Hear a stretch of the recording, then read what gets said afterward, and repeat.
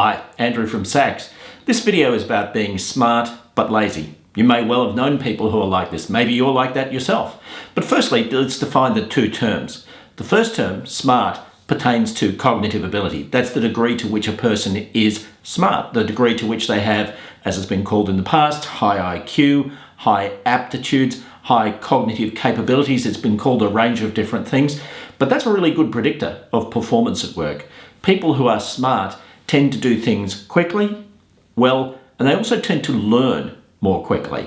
The second characteristic that we'll be talking about is a personality characteristic called conscientiousness.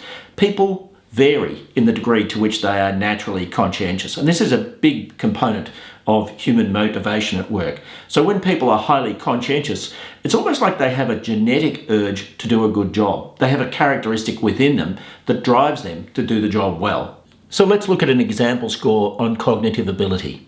You'll see that this is a high score in verbal reasoning, the capacity to use words at work, a score at the 88th percentile.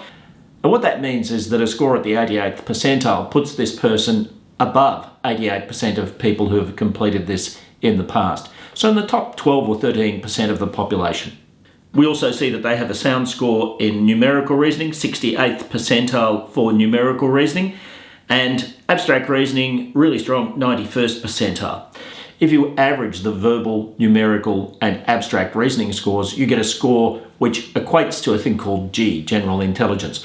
And that predicts work performance with about 25% accuracy. Well, reference checks predict with about 7% accuracy. Interviews usually about 10 to 15% accuracy. So cognitive ability is a great predictor of work performance. And you'll see that this candidate, whilst they had high cognitive ability scores, have quite modest scores in respect of conscientiousness. So this score is not a percentile. This is a standard score where 50 is population average and 10 is a standard deviation. All that means is that when a person is 10 above or below the average, that's a long way from the average. It's a statistical way of saying this person varies from the average significantly.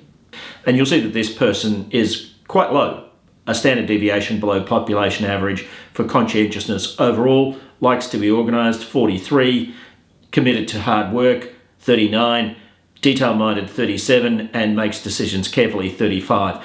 So we're not dealing with a particularly motivated person here. Now, how do these things interact? Well, you can imagine if I'm smart but not particularly generally motivated, if I'm doing a job where my cognitive ability is plenty to get me through that job, and let's say the work is kind of interesting, even though I'm not a particularly pumped sort of a person when it comes to motivation, maybe I can do that job fine. And also when it comes to stress, because I can do the duties relatively quickly, maybe I'm going to get through, whereas another person might find that more stressful. If, on the other hand, the job is enduringly long-term pressurised, and also perhaps if the duties escalate in terms of importance, then it may well be that my cognitive ability is not enough to get me over the line. And if you want me to be resilient long-term, you're really looking for people who are both smart and motivated. Now, in another video, we talk about values, because values can motivate people as well. But if you think of this combination in terms of, is this person smart? Is this person motivated? If they have high conscientiousness and high cognitive ability together, then they're much more likely to succeed in the role. To learn more about psych testing, click on the link near this video or be in touch with SACS. Avail yourself of a free trial of our tools.